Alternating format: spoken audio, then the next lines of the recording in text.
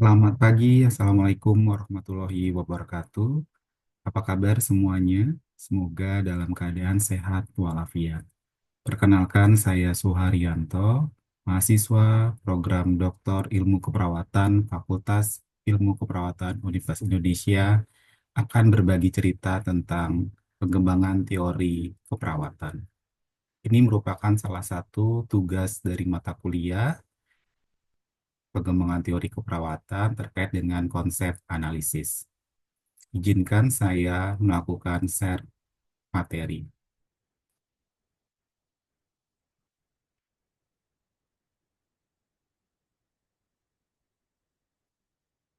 Baik, pengembangan teori keperawatan yang ingin saya sampaikan terkait dengan konsep analisis kesiapan diri atau self readiness perawat primer. Terima kasih sebelumnya saya ucapkan kepada fasilitator Profesor Yeni Rustina SKP and Applied Science PhD yang telah memberikan arahan dan membersamai dalam proses pengambilan ide untuk fenomena yang saya angkat.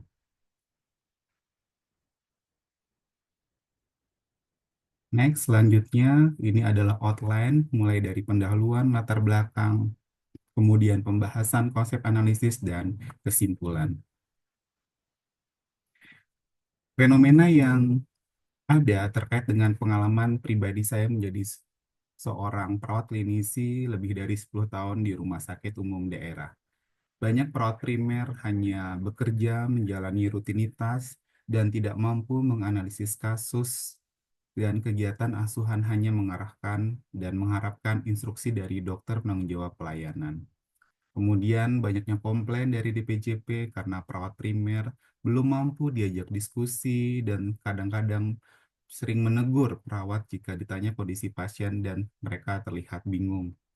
Dari pengalaman tersebut, saya merasakan kenapa perawat belum mampu untuk berkomunikasi, berdiskusi, dan kemampuan dalam memberikan perawatan sesuai dengan kondisi pasien yang tepat, dan kenapa perawat selalu mengeluh jika berkoordinasi dengan profesi tenaga kesehatan lainnya. Selanjutnya, ini adalah masih konten masalah bahwa kita tahu pelayanan asuhan keperawatan diarahkan berbasis primer, di mana di sini diarahkan mulai dari rumah sakit vertikal, pendidikan, rumah sakit daerah, dengan rumah sakit swasta.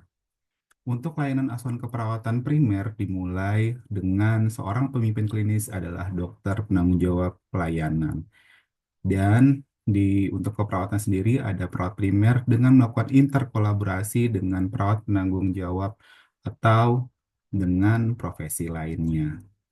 Nah, bentuk asuhan perawatan primer ini mulai dari visit bersama, diskusi kasus, morning report, ronde interdisiplin, sampai bagaimana melakukan integrated clinical pathway. Nah, perawat primer di sini yang sering disebut dengan PPJA itu adalah seorang nurse berusia lebih dari 30 tahun, masa kerja 5 tahun, dan perawat klinis level 2 dan 3. Ini adalah gambaran fenomena yang ada karakteristik PPJA atau perawat primer yang ada di rumah sakit vertikal. Nah, bagaimana untuk rumah sakit pendidikan daerah dan swasta? Rata-rata masih ada yang diploma keperawatan, usia dengan rentang 25-30 dan merupakan perawat klinisi 1 dan 2. Selanjutnya kita lihat konten masalah selanjutnya, hasil dari wawancara dan observasi pengalaman dari perawat primer mengatakan bahwa pengalaman yang tidak menyenangkan terkadang ada rasa kurang percaya diri, kadang kaget, bingung, apa yang harus dilakukan dalam berkoordinasi, mengambil keputusan, berkomunikasi, dan merangkul perawat baru serta berkolaborasi dengan profesi lain. Belum ada persiapan terkait dengan hard skill, koordinasi, komunikasi antar profesi, dan pelatihan yang diikuti. Kemudian dari pengalaman klinis tersebut juga saat melakukan visit bersama dengan DPJP, lambatnya penilaian klinis perawat primer dalam pengambilan keputusan. Kemudian bagaimana juga pengalaman perawat primer dalam melakukan komunikasi, laporan kritis di CPPT, mengatakan bahwa ketika berkolaborasi dengan DPJP, perawat primer masih sebagai pelaksana instruksi dan terkadang advokasi yang diberikan perawat tidak diperlukan dikarenakan kurang meyakinkan dan sering terjadi perselisihan paham terkait dengan ambiguitas kondisi klinis pasien dengan CPPT. Selanjutnya, ini masih juga terkait dengan pengalaman dari perawat primer.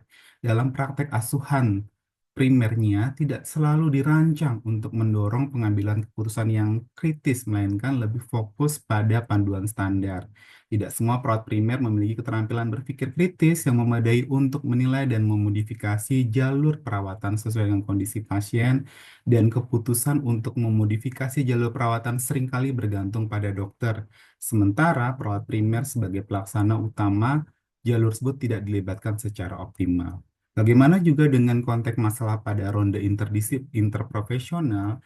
Nah, interpretasi klinis yang berbeda dengan dokter atau profesi lain di sini menyebabkan suatu kesulitan dalam menyampaikan argumen berbasis data dalam diskusi tim. Kemudiannya kurang respek dalam perawat dikarenakan perawat hanya mengerjakan instruksi, belum mampu untuk menganalisis kasus. Kemudian konteks masalah di sini adalah terkadang ada rasa kurang percaya diri, kaget, kebingungan, apa yang harus dilakukan dalam koordinasi, mengambil keputusan, berkolaborasi, berkomunikasi, dan merangkul perawat baru serta berkomunikasi dengan profesi lain. Belum adanya persiapan terkait dengan hard skill, koordinasi, komunikasi antar profesi, dan kesiapan yang diikuti. Kemudian perawat primer belum memiliki wawasan yang cukup untuk mengambil keputusan klinis antar disiplin, memahami kontribusi spesifik dalam tim pakar interprofesional berdampak dengan kebutuhan pasien. Di sini muncullah suatu penyebab sehingga perlu dilakukan suatu pemikiran dan logika lebih lanjut dan perlu dianalisis secara konsep apa yang menjadi masalah yang timbul sehingga menimbulkan suatu konsep baru. Untuk melakukan suatu analisis konsep, ada tahapan yang dikembangkan oleh Walker dan Advan 2011, mulai dari memilih konsep, menggambarkan setiap bagian dan tujuan dianalisis, mengidentifikasi dari semua konsep tersebut, sehingga timbullah suatu atribut-atribut yang nanti bisa dilakukan suatu divisi operasional dari atribut tersebut dan membangun kasus-kasus dalam kasus-kasus yang sesuai dengan atribut, kemudian menggambarkan definisinya sampai nanti melihat bagaimana atribut ini mempunyai kesamaan dengan konsep lainnya. Kita masuk ke tahap konsep analisis. Konsep analisis yang saya dapatkan dari fenomena yang ada terkait dengan kesiapan diri atau self readiness perawat primer.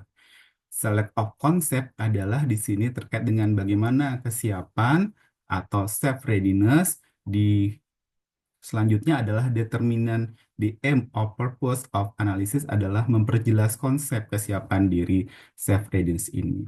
Nah, untuk selanjutnya adalah saya ingin melakukan identify use of the concept. Jadi mengidentifikasi konsep tadi dengan sumber-sumber referensi yang saya dapatkan. Ada 8 sumber referensi yang saya peroleh dari hasil search literatur, di mana bidang keilmuan untuk konsep terkait dengan kesiapan diri atau self readiness ini mulai dari bidang keilmuan kesiapan belajar di nursing education, kemudian civic education, kemudian organization change, kesiapan organisasi, ilmu psikologi terkait dengan kesiapan psikologis, kemudian ilmu organisasi, manajemen, ya, perubahan organisasi sampai ilmu perilaku. Kalau kita lihat di sini ada beberapa definisi kesiapan diri yang timbul dari telaah literatur, ya, mulai dari memiliki poin sikap. Di sini ada kata-kata sikap, kemudian kemampuan, kemudian karakteristik kepribadian, berkemauan, motivasi, komunikasi, keterampilan pengaturan diri, regulasi, dukungan moral, kesiapan psikologis, perilaku, sampai dengan bagaimana kesadaran diri dari hasil telaah literatur sehingga menjadikan atribut tersebut. Next, selanjutnya saya akan menyampaikan bagaimana determine the defining attribute.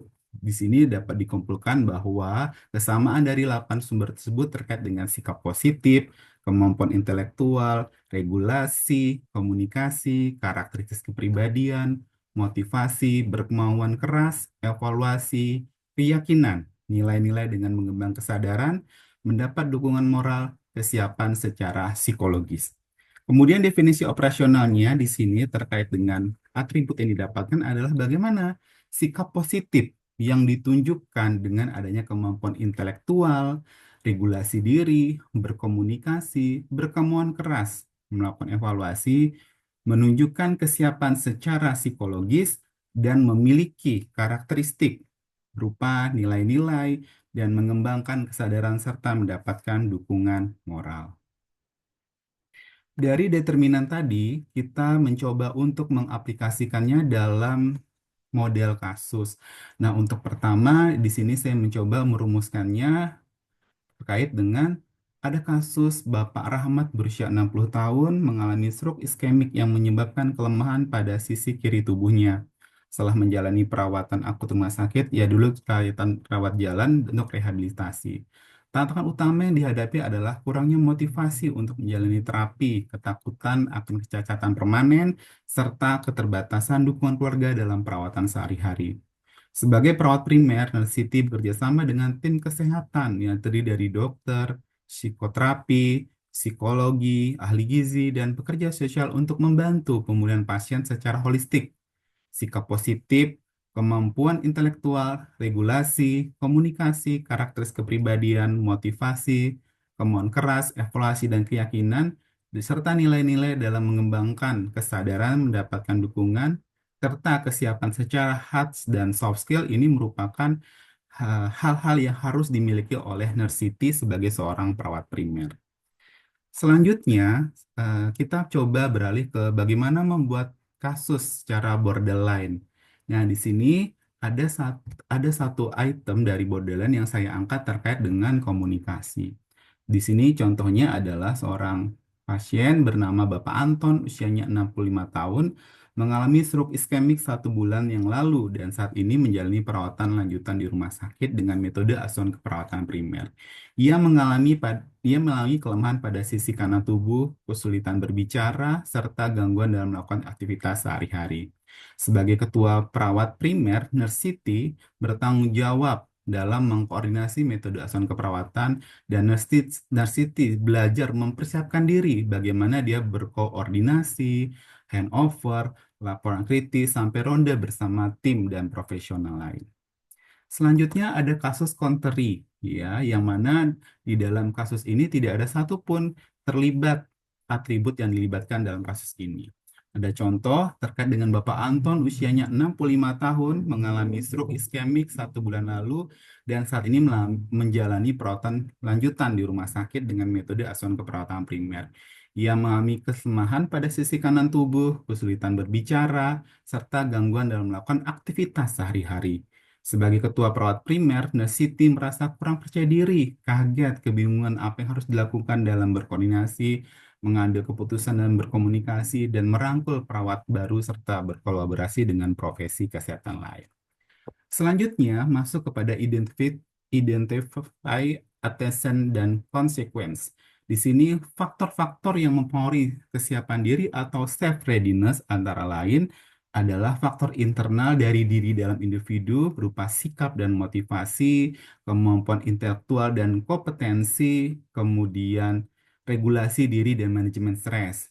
Kemudian ada faktor eksternal, lingkungan sekitar, dukungan sosial, moral, dari eh, manajerial, dan fasilitas serta lingkungan maupun budaya organisasi dan kebijakan institusi. Kemudian adanya kesadaran diri ini membuat suatu konsekuensi. Ada konsekuensi bagi individu atau perawat itu sendiri, peningkatan kinerja dan profesional, kemampuan mengatasi stres dan tekanan kerja, pengembangan kompetensi dan karir. Kemudian konsekuensi bagi pasien adalah peningkatan kualitas asuhan keperawatan, komunikasi yang lebih baik dengan pasien serta keluarga. Kemudian konsekuensi bagi tim dan lingkungan kerja adalah meningkatkan kolaborasi dan kerjasama tim, menciptakan lingkungan kerja yang positif serta efisiensi dalam pelayanan kesehatan. Kemudian self-readiness ini ternyata memiliki kesamaan atau kemiripan konsep dengan self-efficacy atau keyakinan diri dari Albert Bandura, self-regulation atau regulasi diri, self-determinant, kemandirian dan pengambilan keputusan, serta readiness for change, kesiapan untuk berubah. Dan ini yang terakhir terkait dengan kesimpulan bahwa self readiness atau kesiapan diri merupakan faktor penting dalam praktek perawatan primer karena berkaitan dengan kemampuan perawat dalam memberikan perawatan yang holistik, mandiri, dan berbasis pada keputusan profesional yang tepat dengan menggunakan mekanisme konsep analisis yang dikembangkan oleh Walker dan Evans 2011. Nah, self readiness ini mengacu pada kesiapan mental, emosional, keterampilan seseorang, atau keterampilan perawat untuk menjalankan peran sebagai penyedia layanan kesehatan primer secara mandiri dan kolaboratif. Kompetensi klinis dan pengetahuan basis bukti, kemampuan pengambilan keputusan, kesiapan emosional, psikologis, dan kemandirian dalam praktek hubungan interpersonal, serta kesadaran etika dan keadilan sosial dalam perawatan ini penting harus dimiliki oleh seorang perawat primer.